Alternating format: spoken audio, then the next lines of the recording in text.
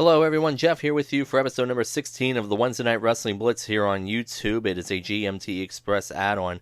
As I give my thoughts on this week's NXT and AEW Wednesday Night Dynamite action, we'll begin with AEW Wednesday Night Dynamite. It took place from the Von Braun Center in Huntsville, Alabama.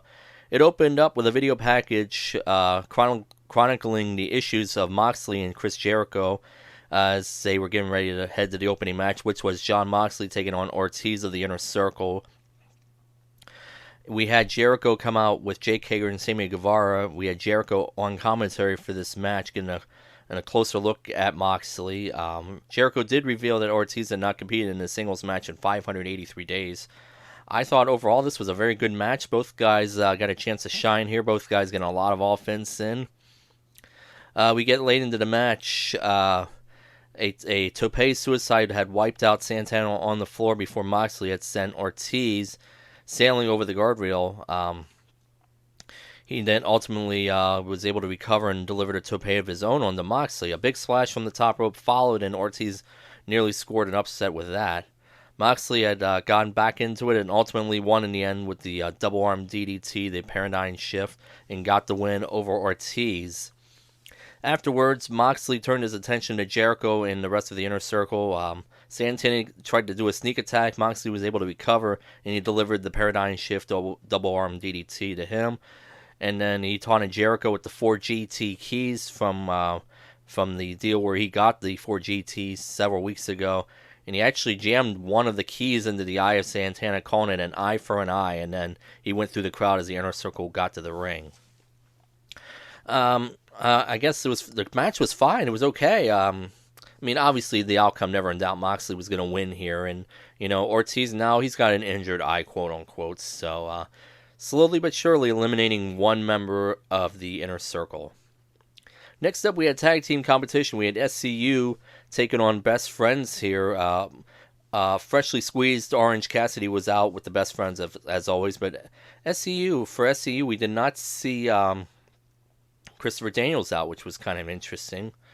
I mean, the match is okay. I think pretty good stuff here. Each team got a chance to shine. Just getting into the later part of the match, we see SCU delivered a swinging DDT on the Trent for a near fall. And then Trent had teased a neck injury, but really was just a ploy to get Kazarian in and unloaded on a comeback. We had the mid-match hug from the Best Friends. They did the pan out to show the whole crowd. Unfortunately, that was their downfall. SCU was able to recover, and actually they got the win. They hit Beretta with the SCU later and got the win here, so SCU picks up a big win. After the match, the Dark Order came out and did a beatdown on everyone here. They made good on their threat from a week ago to go after Christopher Daniels' friends. Orange Cassidy rolled into the ring because he was on the outside, and then he went face-to-face with the heel faction. He was actually offered a mask to join the heel group here, and he turned it down, and then he got beat down until Christopher Daniels came out to make the save. And then the Dark Order didn't touch Chris Daniels. They just got out of the ring and left. So kind of interesting there. Me thinks that I know they're going to reveal who the greater power is, I guess, for this Dark Order. It seems pretty clear. I mean, to me, I think it's certainly a possibility that Christopher Daniels could be that person. Wonder why they didn't attack him here. I know there's maybe talk, maybe it could be Matt Hardy when his time in WWE is up here pretty soon. That's a possibility, but I wouldn't shock me at all for it to be Chris Daniels, so we'll have to wait and see. We had women's action up next. We had Yuka Sakazawa making her return to AEW for the first time since Fyter Fest. She took on Britt Baker here. This was, the match was okay. I mean, it wasn't as terrible as it could have been. It could have been better. At one point, we see Sakazawa deliver a magical girl splash on the arena floor and a big clothesline back inside for a near fall. She continued to roll, and then Baker got back in control, and then she went for the lockjaw, but couldn't get it. And then eventually she got caught up in a crucifix pin and actually got the win. Some people consider it a surprise. I guess you could say it was. Britt Baker loses here. Afterwards, Britt Baker herself just lets loose here, just gets all angry. She actually goes after the ring bell on the outside. And tried to nail her with it. I mean, hit her very soft. It was so obvious. You could clearly see her pull up on it, and then we saw the referee, Aubrey Edwards, grab the bell so there wouldn't be another attack. Thank goodness, because we wouldn't have to see that awful shot again. Anyways, then we had a deal here. You had Sakazawa's teeth clinched into the bottom rope, and then you saw Britt Baker kind of do a variation of the curb stomp right under the back of her head and neck area, and then we see Sakazawa's mouth bloodied, obviously a blood capsule, and then she had one of her teeth knocked out, though it was clearly a fake, and then Baker ultimately did get the lockjaw in, and then that's where the segment pretty much ended. So I like what they're doing with Britt Baker. I think having her be the heel is the right play here, but she still has to get her stuff in order in the ring as far as the actual telling of the story here. But I like what they're doing with her being a heel. That is the right move, I think. 8-man tag team action was up next. We had the Butcher, the Blade, of course, with the Bunny, and the Lucha Bros. They took on all the members of the Elite minus Cody here. Pretty much everything you expected here. We saw Omega and Bucks at one point hit a triple drop kick, and the crowd did the Be Elite. And then, but obviously the heels would get their stuff in. We get towards the end of the match here. We had a discus lariat from Hangman Page that put Pentagon down for a near fall back in the ring. And then the heels regained the advantage. The Butcher nearly put Nick away with a powerbomb, but Omega came in just to make the split-second save. And then we seen some Snapdragon suplexes, but that couldn't put down the Butcher. The Bucks took out one member of the Lucha Bros here, or actually I think it was the Blade, but they couldn't finish it off. Page had tagged himself into the match. Hangman missed the buckshot lariat on the Butcher, but turned the Blade inside out later on with a clothesline. Page was selling the left knee injury that slowed him down. He didn't want to tag out. And then afterwards, the Pentagon was able to deliver the Penta Driver. That's the package power driver stomp for the win, and they beat Hangman Page and the Elite here, so the heels get the win here. And we saw more dissension between the Elite, though we did see Kenny Omega and the Young Bucks able to calm things down while Hangman just drunk the beer and left through the crowd. Tony Schiavone was in the ring to interview Kenny Omega. He doesn't really get anything in. We see Pac up on the screen taunting him because he was back there with the AEW Women's Champion Rio, teasing him maybe he might do something to her. Omega eventually agrees to have this match with Pac, and then Pac says he never gonna hurt her, but this person would. It turned out to be Nyla Rose coming from behind a curtain here. She decks Rio and ultimately power bombs her through this table that did not break, so that was kind of brutal. Though in Rio's defense, I mean, she's pretty light, so I mean, he put a dent in the table, but it didn't break. That had to hurt. Joey Janela and Kip Sabian. Of course, Kip Sabian was out with Penelope Ford. This was the next match on the card. I don't know. I thought this I don't know. It was an okay match. It didn't really live up to the hype for me. We get late in the match here. Sabian had got caught with a thrust kick, and then ultimately he delivered a backstabber, and then Joey Janela answered with a Death Valley driver for a near fall. Penelope Ford jumped up on the apron and wanted to get a distraction here. She wanted to give a kiss to Kip Sabian. Janela knocked her off the apron, quote-unquote, by accident. Sabian was able to take advantage of a distraction there and actually rolled him up with a schoolboy and had a handful of tights and got the win. So Kip Sabian gets the win over Joey Janela here. I don't know. It wasn't a really good match. It was just kind of there, I thought. So that's what we had. Your final segment on the program was the stuff with MJF and Cody Rhodes. Of course, one of the first stipulations here was Cody receiving 10 lashes from MJF here. And look, the outcome was never in doubt here. You knew he was going to survive all 10 lashes, which he ultimately does. After the first slash, we saw the heels from the AEW locker room come out onto the stage to watch what was going on. And then ultimately, after the third slash, the lash with the belt, this was Cody's belt they were using, by the way, not MJF's, but Cody's. After the third whipping of the belt, Arn Anderson came out to give moral support. And then after the fifth belt lashing, Dustin Rhodes himself came out to go face-to-face with Warlord and MJF, but he said he wanted to take it, but MJF said no because it had to be Cody only. And then we had, going into the eighth one, we had just the American Nightmare just kept going here, and then because on the eighth one it was actually Warlord who delivered the belt lashing, and then after the ninth one we actually saw Brandy Rhodes, not as part of the Nightmare Collective and all that, but actually as herself, has his wife actually come out to ringside to offer encouragement to her, and actually held his hand, giving him the strength and motivation to take the last blow, which was to the exposed chest. That had to hurt. So he survived all of it, which means they're still on track for that match. And yes, they're going to have that match on February 29th at Revolution.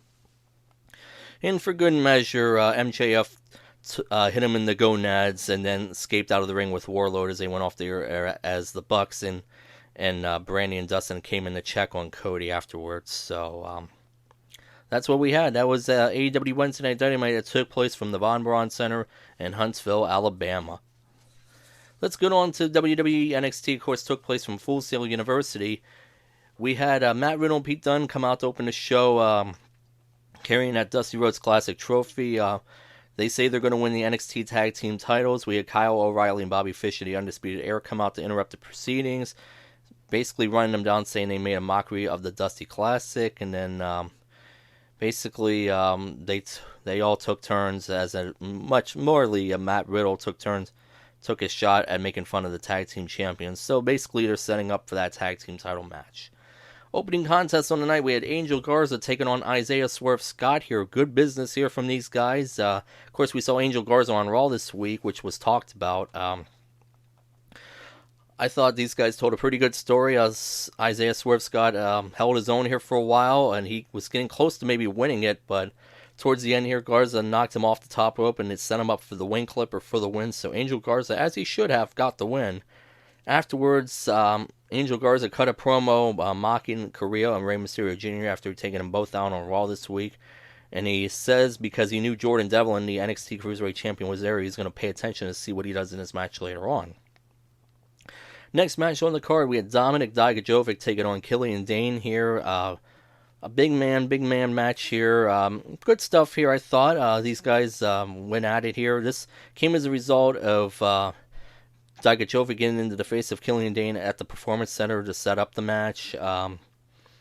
Good stuff here, back and forth. Ultimately, Dijakovic was able to win after he won by hitting the Feast of Your Eyes. Afterwards, Keith Lee did come out and challenge Dijakovic officially for that North American title match at NXT TakeOver Portland. Sportsmanship here, because I guess they're on the same page right now. So they're going to have that match, and that should be a good one, I think. We had a split-screen interview next with Finn Balor and Johnny Gargano backstage. I believe they were probably in the same room, just different parts of the room here. At least that's what it seemed like to me. Basically, we had Gargano telling Finn Balor that he was never trying to be Finn Balor. And then Balor told Gargano that he would hurt him and make sure TakeOver Portland is his last match. So those were some of the highlights. I thought both these guys, it didn't go long, but both guys I thought showed good personality here, and that should be a very good match. Looking forward to it. Women's action was up next. We had Mercedes Martinez taking on Casey Catanzaro here. Of course, Casey Catanzaro coming back out of retirement here. This match proved its point here. Casey got some offense and had a little bit of chance to shine, but this was basically a showcase for Mercedes Martinez. She ultimately won in the end with a Fisherman Buster suplex for the win, and Mercedes Martinez, they're building her up very quickly here after nearly 2 decades being in the industry, finally getting her shot in WWE with NXT here. They're making the move with her, and I like what I'm seeing here. They were doing this deal earlier. Next, we had Tommaso Ciampa and Undisputed Era here. The Undisputed Era earlier were backstage looking for Ciampa. At one point, they had laid out Kushida backstage and then made fun of a guy who was getting his haircut for reasons unknown to me. Ultimately, later on, Tommaso Ciampa does ambush the Undisputed Era. He takes out Fish, O'Reilly, and Strong. Initially, he gets Adam Cole back into the arena. They go for a brawl. The rest of the Undisputed Era was able to recover and do a beatdown for a while until Matt Riddle and Pete Dunne came out to even things up. We saw a rare appearance on screen here from William Regal and said this would ultimately lead to a six-man tag in the main event. And then they just kept fighting here for a while, even after he announced it. And then just a wild brawl here. Officials couldn't stop him. So obviously they're trying to get people talking here, and it seemed to do the job. NXT Cruiserweight Champion Jordan Devlin taking on Tyler Breeze next in non-title action. And this I thought was the best match on the entire show. These guys told a great story here. Tyler Breeze, this is the best Tyler Breeze I've seen from him in quite a while as far as any match goes. He was outstanding here. Devlin got the jump on him as Breeze was doing his intro. He did a baseball slide drop kick, and then these guys just told an outstanding story for a while here. Breeze came very close to winning at a few points, but ultimately Devlin won in the end by connecting on the Devlin side slide and getting the win on Tyler Breeze. Even in defeat, and I said it on Twitter, Tyler Breeze looked outstanding. This was his best showing in quite a while, and these two told a great story. Next up, we had the segment with Bianca Belair and Rhea Ripley. It was supposed to be the face-to-face. Bianca Belair was out in the ring first. She called out Rhea Ripley for looking past her to WrestleMania and Charlotte Flair. Charlotte Flair, who they had promised was going to be there, they showed her coming in out from the back, and she ultimately does make her way down to the ringside area, not in her wrestling area, in her street clothes here. Charlotte made clear that she was above both of them here, and then ultimately Rhea Ripley did come out answering the question, answering her challenge here, questioning if Charlotte was ready to make her announcement. A lot of jaw jacking here, a lot of cutting of promos here from basically Charlotte and Bianca, but Rhea Ripley also got a chance to shine. But ultimately, we had the NXT women here in Belair and Ripley actually lay out Charlotte with the EST. So Charlotte never did accept the challenge, but it's obvious they're setting up for something with Charlotte and someone from NXT here for WrestleMania. So that's what we had. And it would not shock me at all to see it be a triple threat match. I could definitely see Bianca Belair, Rhea Ripley, and Charlotte Flair in a triple threat match at WrestleMania. Certainly that would be a great match. So we'll see where it goes. Your main event for the night was that six-man tag team action with the Undisputed Era minus Roderick Strong, who was outside at ringside, taking on Ciampa, Matt Riddle, and Pete Dunne here. This was everything you expected it to be. The brawl actually continued. The date started earlier before the bell. Once it got going here, everything looked good. Both teams had a chance to shine.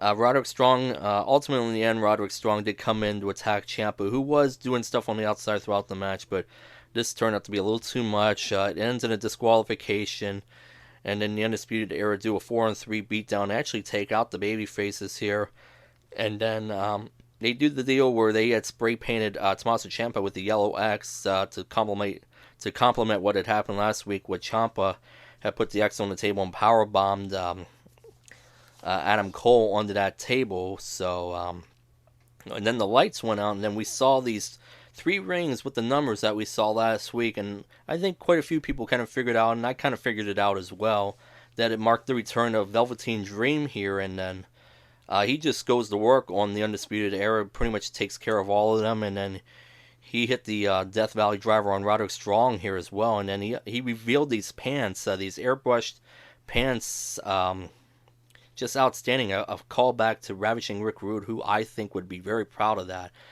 This was outstanding here. So Velveteen Dream is healthy, he's back, and he wants to get his heat in on Roderick Strong, because they have that feud because of Roderick Strong putting, accidentally Velveteen Dream out of action for a while. So that was NXT that took place from Full Sail University down in Winter Park, Florida. It's time for me to pick which show I think was the better one of the week. I'm going to go with NXT. I thought NXT was just slightly better. It was very close this week, but I'm going to give the slight edge to NXT. AEW, I guess the women's match was okay. It was slightly better than what I thought it would be. The stuff with Joey Janela and Kip Sabian, I don't know, it just didn't kind of feel it. And I thought in the end with the 10 lashes, I thought that kind of dragged on a little too long for me. But I mean, these are more like nitpicks. But other than that, I thought AEW had a pretty good show. But NXT, again, I thought from start to finish, just had the better action from start to finish. I like what I saw there. Of course, they had Sergeant Slaughter in the crowd. Charlotte Flair did come out. Obviously, we know why she was there. It was because of trying to get ratings from AEW. That's exactly what was going on there. So, but overall, I thought from start to finish, just slightly, NXT was the better show than AEW. So, through 16 episodes here, I have NXT with 11 picks, and I have AEW with 5. As of the time I'm recording this, the ratings from AEW and NXT for this week were not out yet. I'm going to predict that AEW won slightly. I don't think it's going to be a blowout. I think it's close, but I think AEW still gets the slight win here. So, but other than that, that's what we had. So let me know down in the comment section below what your favorite moment from Wednesday's action is, and we'll see you the next time right here with the next episode of the Wednesday Night Wrestling Blitz here on YouTube. Bye for now, everyone.